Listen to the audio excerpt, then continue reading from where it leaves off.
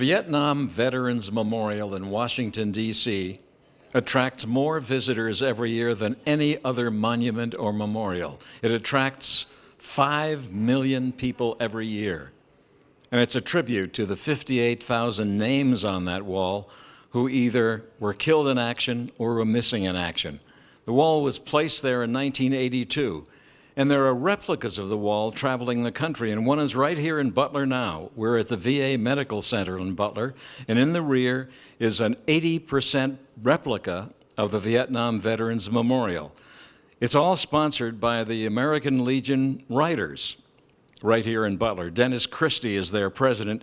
Dennis, let's talk about the organization a little bit later, but let's talk about your involvement with the wall that's here now. How long did it take you to convince somebody to bring it here?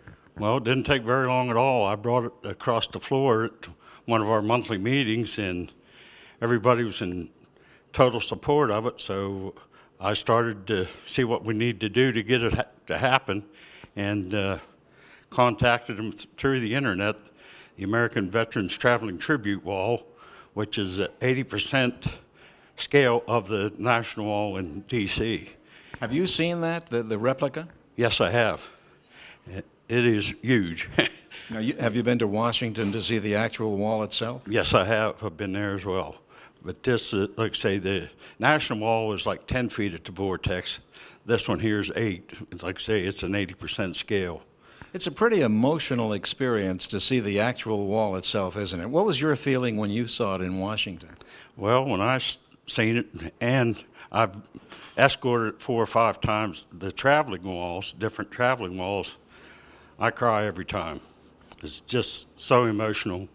I have 2 or 3 friends that's on the wall, so, you know, it makes it a little tougher.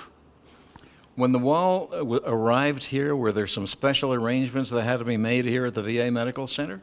Oh, yes. We had to get the site and then get it leveled and manicured and everything to handle the wall.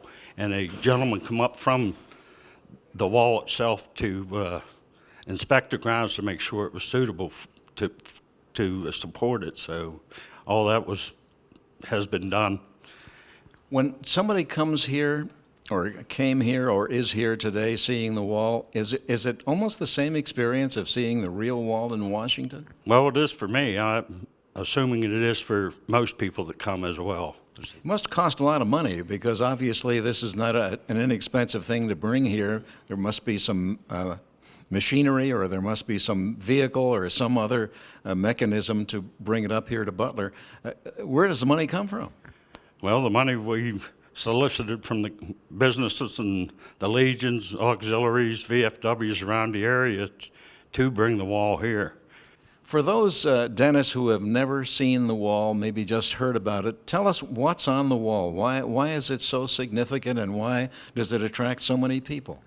Well, I think it attracts so many people because the significance of all the names of the soldiers that gave it their all, you know, during the Vietnam War.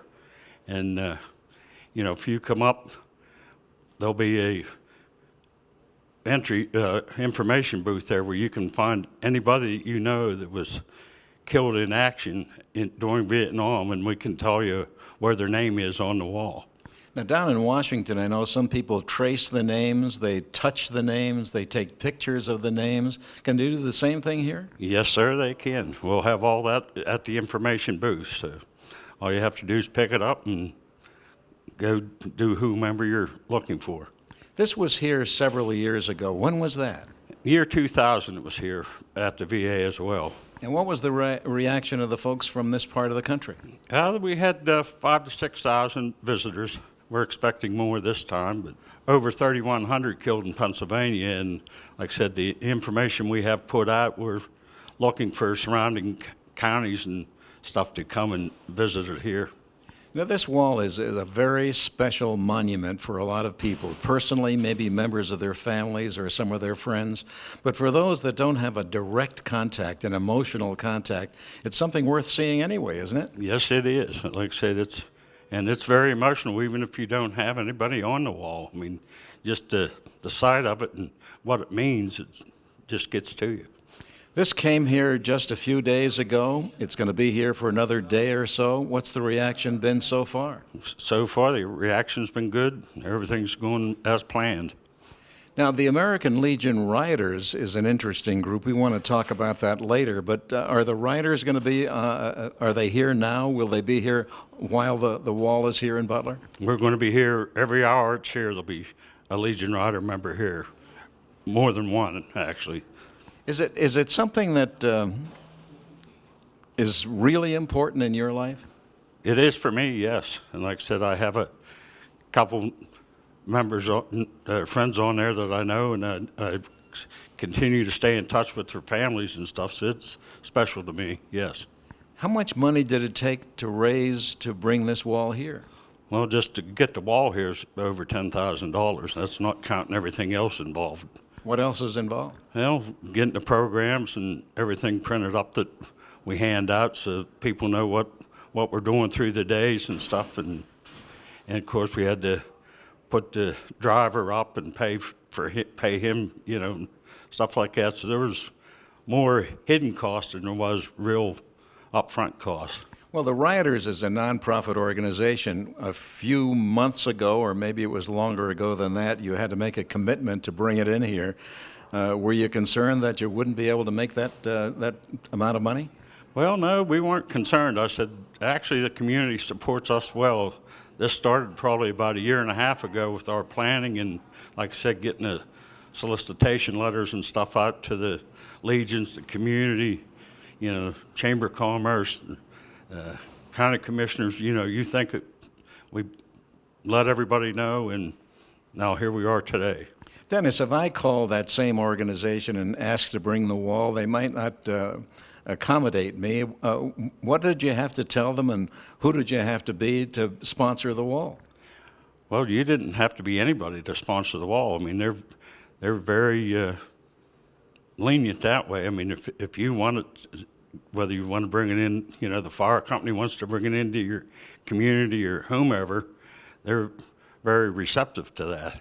Well, all this effort that went into it, and months and maybe a year or so ago, it's all come to fruition. It's here, and I guess you're pretty pleased about the way it's turned out so far. I'm pleased, and I'll be glad when it's over. Dennis, we're going to take a little break and talk about another program of the American Legion Riders. And then we want to talk about the Riders themselves, because you have a number of members, you have a number of activities, you've done a lot of very interesting programs. So we'll talk about that later, Dennis. All righty, thank you. We have a number of members as Vietnam veterans as well, so that's why it's very special for us to bring this wall here. As you heard, the Butler County American Legion Riders has a scholarship program over at the Butler County Community College, and the chairperson of that program is Sean Kelly of the American Legion Riders. Now, Sean, how does the program work? The scholarship is available to honorably discharged veterans who display a financial need. They have to be a Butler County resident to apply first, but if there is no Butler County resident who meets the criteria for the scholarship, it is given to an out-of-county resident. It's a $500 one-time award. They have to get a 2.0 or have a GED coming out of high school to apply. Let's talk about the veteran who applies to the Butler County Community College, not knowing anything about the program, never having heard of the American Legion Riders. Will they tell him at the BC3 when they sign in? Yes. All of the veterans who have applied to BC3 will be notified about this scholarship. That is something that BC3 does. They will make them aware of all the scholarships that they are eligible for. They don't want to miss anyone. This just started recently, I understand? Yes, it started with the 2016-2017 school year. Tell us about, without mentioning names, about the person who got the scholarship and how it helped them in their first year. Certainly. The inaugural scholarship went to a Navy veteran who had, I guess, a delay in his separation of service. He had a job lined up whenever he was to come out of the service, and since his discharge was delayed, he lost that job opportunity. He knew he had to come up with a plan B, so he went to BC3. When they go to BC3 to sign in, do they give them a list of all the scholarships that are available, or do they have to ask for a specific one? All of the scholarships are available on the BC3 website. They can apply through the website, but I know that if to try to get more people to apply, more veterans to apply, they will contact them. This is the beginning of a program that you just started here in 2016, 2017. How did you come upon that idea? Why did you decide to present a scholarship to BC3? That was something that we had discussed. We wanted to leave some kind of legacy. Even if the riders fold for some reason within the next few years, and I hope they won't. I hope we're a strong organization for many years to come. We wanted to leave a legacy of some kind. Through this endowment, it was something that will go on forever through BC3. Sean, the scholarship is $500. Where's the money come from? Every year we have an annual veterans motorcycle ride that we open up to the public. The ride raises money for us to help veterans throughout Butler County, and that is part of where the money comes from. That's our big fundraiser. We also sell tickets and give away a brand new Harley-Davidson motorcycle. How did you get involved with the riders? I understand you're not a veteran yourself. I'm not a veteran myself. I belong to Post 243 in West Sunbury, and I belong to the Sons of the American Legion. I'm eligible to join the Sons and thus the Riders because my grandfather is a World War II Navy veteran. You're a rider, that is a motorcycle rider belonging to the American Legion Riders. When were you first interested in motorcycles? I had a dirt bike when I was 13 years old. I got my first street bike when I was 17 years old, and I've had a motorcycle ever since. Tell us about some of the American Legion Riders programs that you've ridden for. One of the favorite things that I do, that we do as riders, are the escorts. Whenever we meet the veterans at the airport and escort them home. Something else that is more solemn but gives me great gratitude is whenever we escort from the funeral home or have a flag line at the funeral homes. Isn't that difficult for you to see a family grieving the way they do? It is difficult, but I guess I'm comforted by paying my respects, and the families are very, very grateful. Do you dress up in any particular kind of regalia for those kind of ceremonies? Dressed exactly how I am today. This is our uniform, and anything that we do when we represent the riders, this is how we dress. Thanks very much. Good to talk to you, and congratulations on that program. Once again, for those who are registering at the Butler County Community College, how do they find out about the American Legion Riders Scholarship? They can go to the BC3 website and look under scholarships, and the Butler County Legion Riders Scholarship is actually on the 5th page on the website. Thanks very much. Now let's hear some more about the American Legion Riders, the kind of programs they're involved with, and what they do.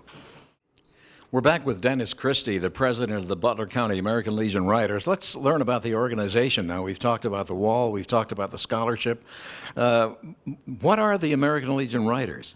Well, the American Legion Riders are a group of legionnaires that enjoy riding motorcycles. And we were formed in 2003 by 13 members, Post 117, and we've grown through the years. We have roughly 80 to 90 members now in Butler County. Now, you do a lot of public service programs. Tell us about some of them. Well, they're endless. I said that. We do a lot of help with the Toys for Tots at Christmas time, Yellow Ribbon Girls, which many people don't know what that is. It's a group of ladies down in Elwood City that started sending packages to their brother when he was deployed, and he's long since been out of the service, but the women still keep it going there, and we support them financially and with manpower every month. What do you do with manpower when you go to Evans City? Or Elwood City? Elwood City. What do you do? And we pack the boxes and tape the boxes and load them on the truck to get sent out. So everything you do is not on a motorcycle. No, it is not. A lot of things we don't do on motorcycles.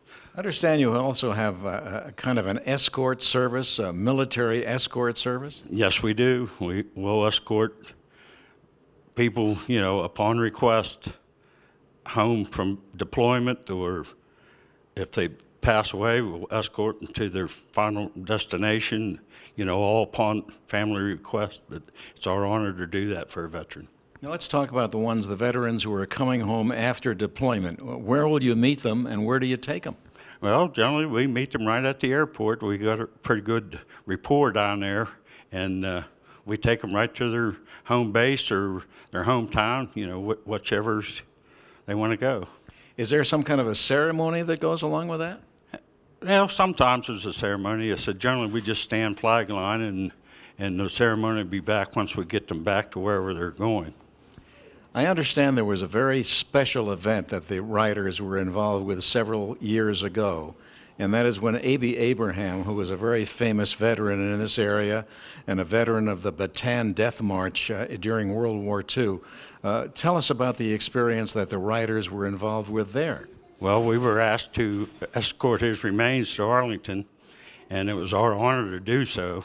We left Butler here at 4 o'clock in the morning, 28-degree day, about 35, 36 motorcycles, and escorted them to Arlington, took part in the burial proceedings down there, and come home.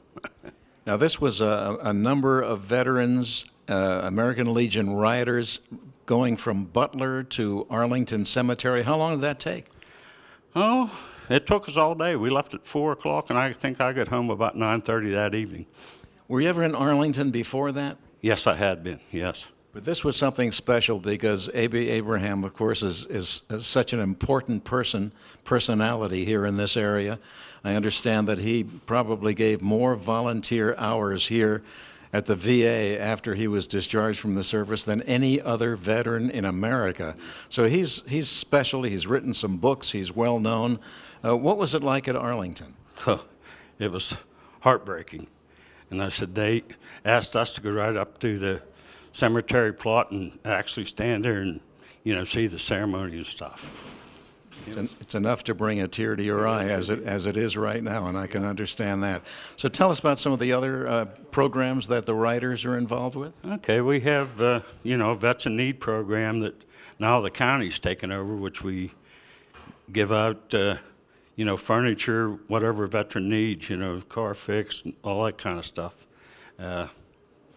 We do numerous things, ceremonies, parades, put flags on the cemetery up at Green Lawn for Memorial Day. That's one of the things we do, and just numerous things. Dennis, I know Veterans Day is celebrated, honored many different ways, and there's a special program here in the Butler area. Are you involved with that? Yes, we are. The county puts it on every year up at Post 778 in Lindor, and we read it's for all the veterans that's passed away from last year to this year in May. Are some of the families involved? The families are all invited, and we have a nice ceremony for them, and read everyone's name, and have a POWMIA table ceremony and stuff like that. How do the veterans who are not members of the American Legion know about that? Well, like I said, if they don't get a letter from the Veterans Affairs Office, just be by word of mouth, I guess. But it's open to the public. You don't have to be a veteran to go, but it's a very nice program. You were a motorcycle person before you became a member of the American Legion Riders. When did you first start getting interested in motorbiking? Oh, I've had a motorcycle since 1972, so pretty much all my life I was on a motorcycle. And I didn't even belong to the Legion until I heard about the Legion Riders, and I come in and joined in 117 because that's our host post, and been there ever since. A lot of people don't understand motorcyclists, and they don't understand motorcycle clubs. Sometimes it looks pretty frightening, as you can imagine. Tell us what we should know. Well, I scare a few people. As I said, I've stood flag lines and people sort of stand back, say, do I go here or not? But I don't know, we're not a motorcycle group. We're a motorcycle club through part of the American Legion, and we try to duly respect everything the American Legion does and what we do for the veterans, plain and simple. Well, it's a wonderful thing that you're doing, and thank you very much for being with us today. And thanks earlier for telling us about what's here at the VA Medical Center in Butler, the Vietnam Memorial, which is something that everybody should see, everybody should realize what it means and the impact that it's had on so many people around the world. Dennis, thanks so much. Thank you very much. The Vietnam Wall here at the VA Medical Center in Butler, the Vietnam Veterans Memorial, and of course a look at the scholarship program at the Butler County Community College, which is sponsored by the American Legion Writers, and also a look at the Writers program themselves. I'm Larry Berg. We'll see you next time on Faces and Places.